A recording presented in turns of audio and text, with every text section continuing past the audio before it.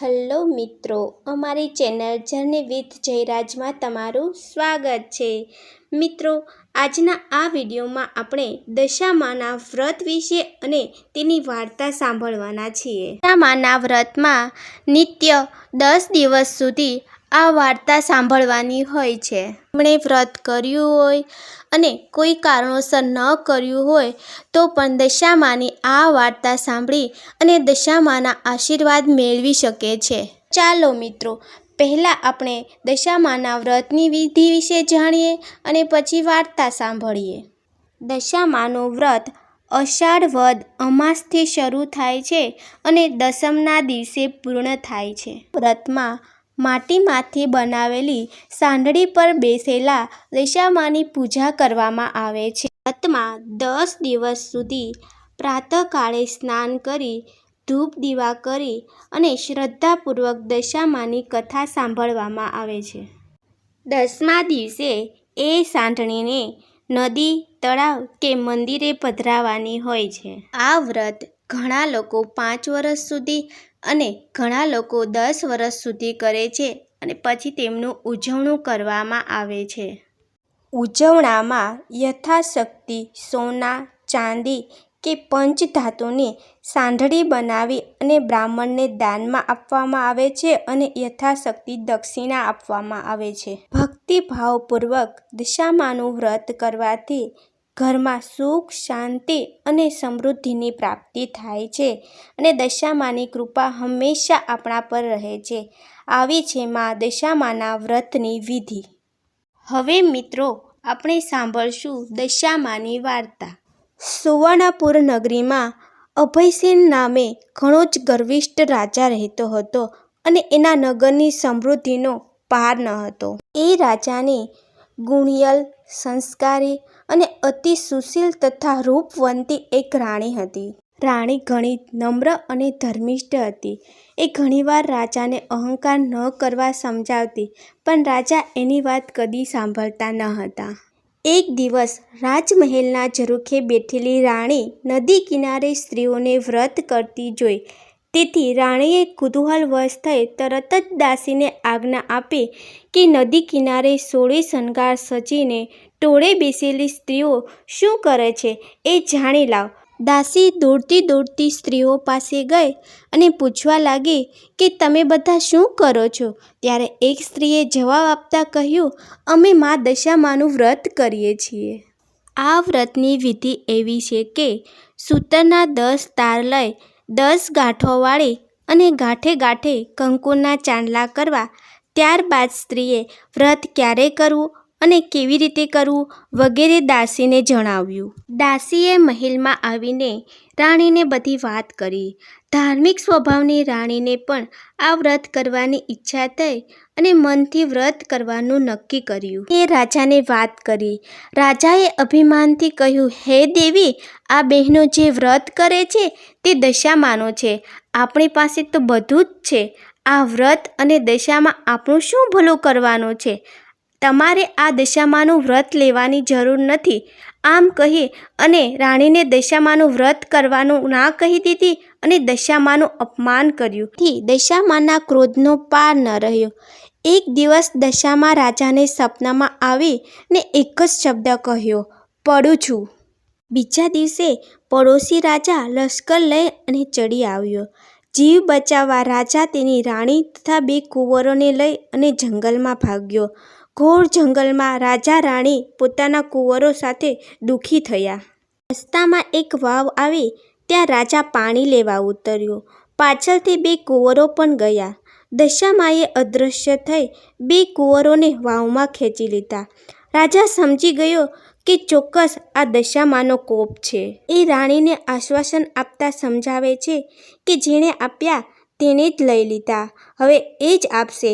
આગળ જતાં રાજા રાણીને અનેક દુઃખો સહન કરવા પડ્યા. આગળ ચાલતા રસ્તામાં એક વાડી આવી. રાજાને થયું કે હાશ, 2 ઘડી વિસામો તો મળશે. પણ રાજાએ વાડીમાં જેવા પગ મૂક્યા ત્યાં તો ફૂલો કરમાઈ ગયા. વાડીનો માળી વિચાર કરવા માંડ્યો કે નક્કી આ માણસો પાપી લાગે છે. તેથી માળી લાકડી લઈ અને રાજા રાણીને મારવા દોડ્યો. રાજા રાણી માંડ બચી ભાગ્યા. જીવનથી હતાશ થઈ ગયેલા ભિખારી જેવી હાલતમાં બંને એક નગરમાં આવ્યા. એ નગર રાજાની બહેનનું હતું. રાજાને આશા હતી કે બેન જરૂર આશરો આપશે. એને પાદરેથી પોતાની બહેનને સંદેશો મોકલાયો કે તેનો ભાઈ આવ્યો છે. બહેને પોતાના ભાઈને સોનાની ગાગરમાં સુખડી મોકલાવી અને સાથે એક સોનાની સાંકળ મૂકી. સોનાની ગાગર પિત્તળ બની ગઈ, સુખડી ઈંટના ટુકડા બની ગયા અને સોનાની સાંકળને બદલે ફૂફાડા મારતો કાળો નાગ નીકળ્યો. રાજા વિચાર કરે કે મારી સગી બહેન મને મારી નાખવા આવું ન કરે. નક્કી આ દશામાના કોપના કારણે જ થયું છે. આવો વિચાર કરી રાજાએ ગાગર ત્યાં જ દાટી દીધી અને રાણીને લઈ અને આગળ ચાલી નીકળ્યો. ચાલતા ચાલતા એક નદી આવી. નદી કાંઠે ચીભડાનો વાડો હતો. રાજાએ ખેડૂત પાસે એક ચીભડું માંગ્યું.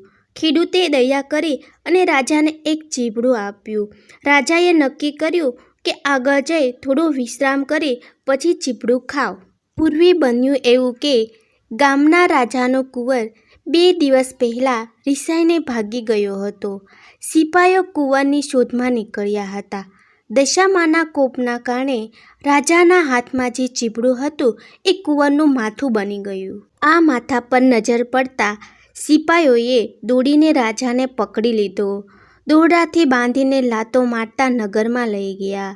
નગરના રાજાને બધી વાત કરી. રાજાએ પોતાના કુંવરની હત્યા કરવા બદલ અભયસેનને કાળી કોટડીનો હુકમ કર્યો અને બંદીખાનામાં નાખી દીધો. રાજા વગર વાંકે કેદ થયો. તેથી રાણી પર દુઃખનો પહાડ તૂટી પડ્યો. એ રોજ જંગલમાં જતી, લાકડાનો ભારો લઈ આવતી, એ વેચી અને જે પૈસા મળે એમાંથી પેટનો ખાડો પૂરતી. દિવસો પર દિવસો પસાર થવા લાગ્યા. અષાઢ મહિનો આવ્યો. રાણીએ અષાઢની અમાવસ એટલે કે દિવાસોના દિવસે દશામાનું વ્રત શરૂ કર્યું. દશામાના વ્રતના 10 દિવસ નકોડો ઉપવાસ કર્યો અને માની ભક્તિ કરી. રાણીની અપાર ભક્તિ જોઈ દશામાનો કોપ શમી ગયો. માએ રાણીને આશીર્વાદ આપતા કહ્યું કે કાલે તને તારો પતિ પાછો મળશે. એ જ રાત્રે દશામાએ નગરના રાજાને સ્વપ્નમાં આવી અને આદેશ આપ્યો કે તે નિર્દોષ માણસને કેદ કર્યો છે. તારો કુંવર તો એના મોસાળમાં લીલા લહેર કરે છે. તે સવારે પાછો આવી જશે. સવાર પડતાં જ દશામાની કૃપાથી કુંવર પાછો આવી ગયો. રાજાએ જાતે જઈ અભયસેનને બંદીખાનામાંથી મુક્ત કરી અને ક્ષમા માંગી. એટલું જ નહીં, ખૂબ ધન પણ આપ્યું. રાજા રાણી રથમાં બેસી અને સુવર્ણપુર આવવા નીકળ્યા. રસ્તામાં બહેનનું નગર આવ્યું. રાજાની પેલી ગાગર સોનાની બની ગઈ હતી અને ગાગરમાં સોનાની સાંકળ અને સુખડી હતી. એટલામાં બહેન પણ આવી ગઈ. આવી અને ભાઈને આગ્રહ કરી અને ભાઈ અને ભાભીને ઘરે લઈ ગઈ.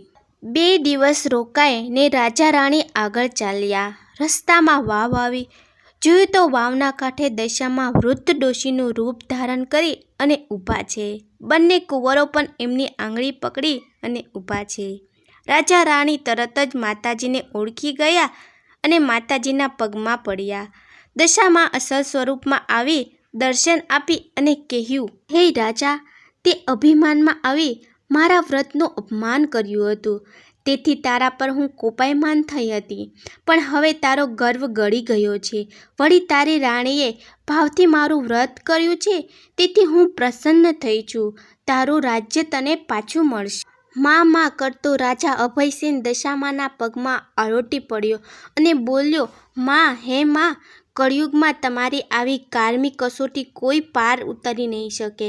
માટે આવો કોપ કદી ન કરશો.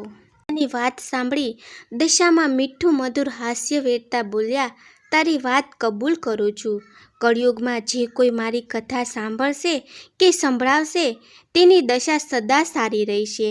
આમ કહી દશામાં અદૃશ્ય થઈ ગયા. રાજા રાણી બંને કુંવરો સાથે પોતાના રાજ્યમાં આવ્યા અને આનંદપૂર્વક દિવસો પસાર કરવા લાગ્યા. હે દશામાં જેવા રાજા રાણીને ફળ્યા તેવા જ આ વ્રત કરનાર અને કથા વાંચનાર સાંભળનાર સૌ કોઈને ફળજો. જય દશામાં. અમારી ચેનલ જર્ની વિથ જયરાજને સબસ્ક્રાઈબ કરજો અને અમારા વિડીયોને લાઈક કરજો, શેર કરજો અને બેલ આઇકન દબાવવાનું ભૂલતા નહીં, જેથી અમારા નવા વિડીયો તમને મળતા રહે. ધન્યવાદ.